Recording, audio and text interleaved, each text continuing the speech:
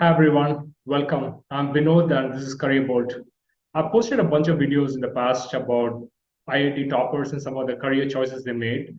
And I thought I'll get into the summary of all the career choices made by all the IIT toppers in this video and talk about what is it we can learn from the decisions they've made over the past 50 years. So I've actually ended up creating a blog on medium.com, which is careerbolt.medium.com, where I've actually talked about the findings. I'm going to share these findings with you folks today. And we're going to touch upon the career choices from 1960 to 2022. So I have the raw data pasted out here. So in terms of the names of the toppers, their undergrad, college, their specialization, did they do a master's program, did they do a PhD program, what is the last job they worked in? And if you look at these data points, a bunch of things emerge. Firstly, right, let's look at how many of them joined which IIT. So in terms of the choices made for IITs, let's look at that in more detail. So the number one represented institute in this list is IIT Bombay. It had 35% of the toppers. Around 15 toppers have joined IIT Bombay over time. And surprisingly, IIT Kanpur had 14 toppers join them.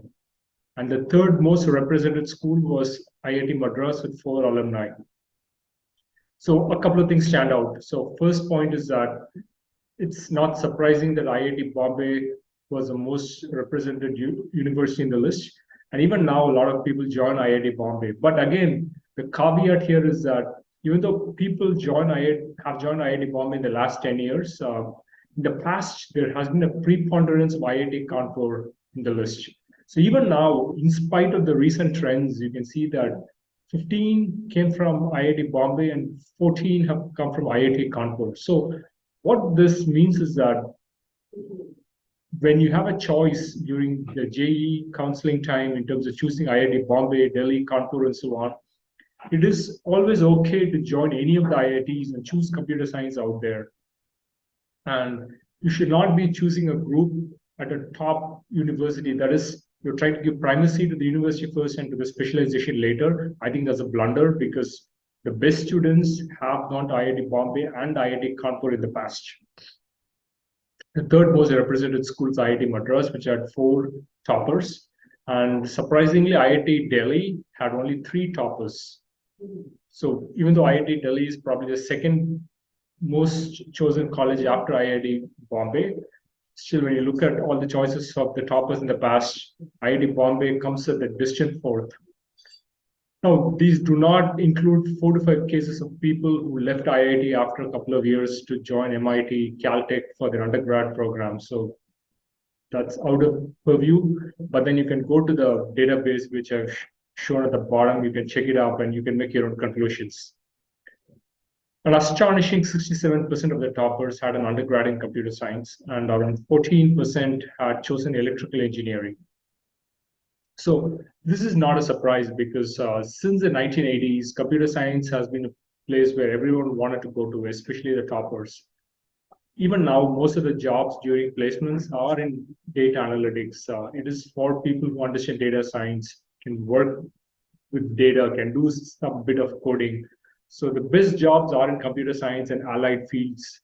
So if you look at the data of the toppers, not surprising that a big majority, 2/3 of them went for computer science.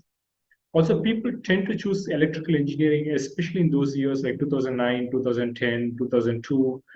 Whenever there's depression in the economy, when there's a recession, things are not going great, then people tend to choose electrical engineering because there's a tendency that you can kind of hedge your bet in terms of you can either choose a core electrical job or you can get into computer science. So that's one of the reasons why people choose electrical engineering.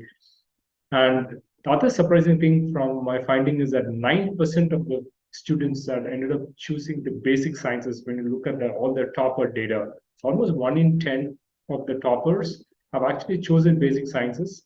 Even though there's only one person, I think Rajesh Gopakumar, who went to join IIT Kanpur for physics. Most of the people who left IITs and joined MIT and Caltech actually went on to do an undergrad degree in math or physics. So this means that sometimes IITs are not that great when it comes to non-engineering branches, or at least it's perceived so. And there's a feeling that if you go to MIT or Caltech, it's easier, or Stanford, for example, it's easier to pursue a basic sciences degree.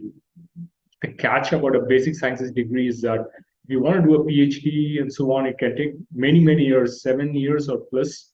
And getting a job after a PhD in the basic sciences is very difficult. It's very difficult to get a great job in math and physics in the US if you finish a PhD in these areas.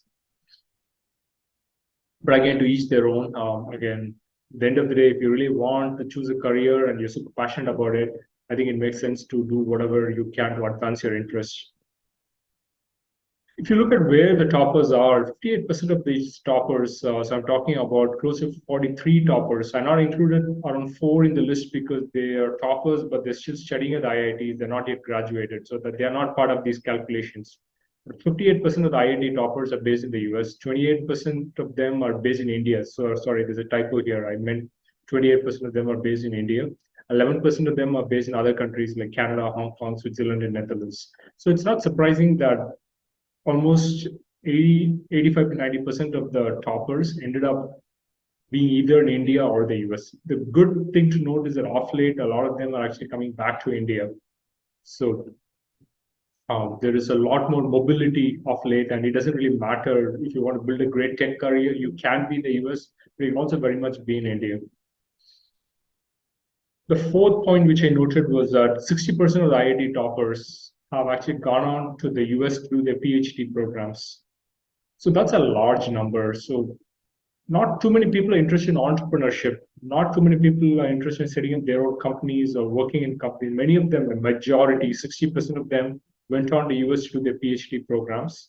And I think it's probably to do the fact that as a topper, you kind of follow what your seniors did, and they probably are good in what they do. So a good academic credential.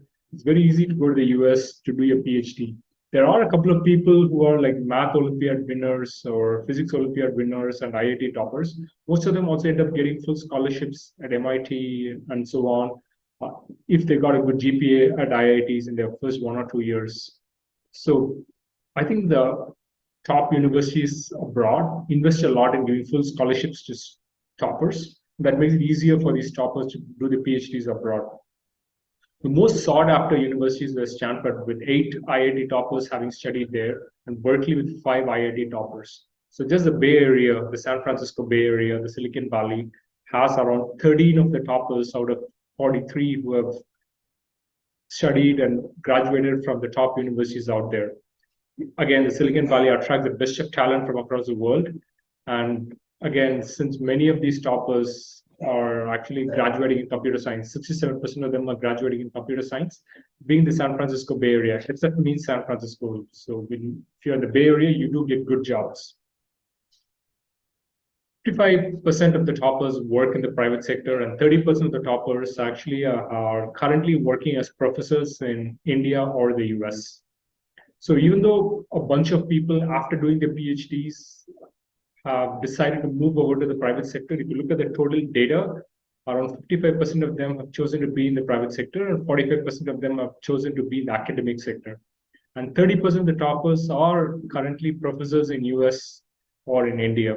The company most represented from the private sector was Google, with 6 IIT toppers being there. Again, the data is mixed. There are people from Google Bangalore, people from Google New York, from the San Francisco region, and so on. So it's kind of all over the place. But in terms of academia, I was surprised to find that the Tata Institute of Fundamental Research is the place where the most IIT toppers work in. Otherwise, they're kind of spread across universities like Columbia, Duke, and so on. But the most represented place is the Tata Institute of Fundamental Research. They do outstanding work, and they're closely tied up with the Indian Institute of Science at Bangalore. So that's super interesting.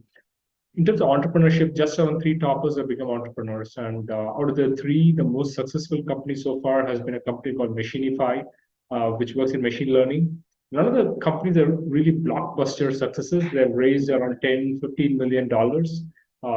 It may seem like a very big deal in India, but it's not that big a deal in the US.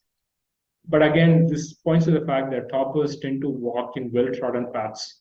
they sometimes do not explore different paths, and in order to be successful, they tend to take standard path. And to be entrepreneur, you need to take a lot of risks in life. You need to try out different things, and maybe the IIT toppers are not cut out for this. And I could be wrong too. This could change in the future as the Indian market expands. Less people go for a PhD program, and they could decide to work in India. So we could watch these trends over the next 5, 10 years. I think the two IITians who really were different was Rajesh Gopakumar, who joined physics at IIT Kanpur in spite of being a topper, and R.K. Shishir, who is the latest IIT topper from 2022, who has opted for the Indian Institute of Science. And again, that means that people sometimes tend to choose what makes most sense for them, and that's absolutely okay. Whether you choose a different university or choose a different specialization, it makes a lot of sense.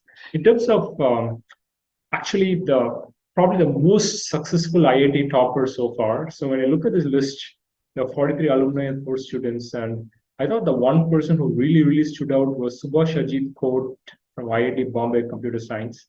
He was a topper in 1995. So what stands out from Subhash Ajit Kote was that even though he's a professor at New York University, and there are a bunch of professors in this list, and for example, we have a person like Vineet, let's see, Sanjeev Arora is a Princeton professor. So there are some great professors in the list, but I just thought that Subhash Ajit Kote stood out because he's a New York University and he's won the Rolf Nevellina Prize, almost equivalent to the Nobel Prize in mathematics, which is among the Ralph Nevellina Prize is like the top 2 medals in the field of math.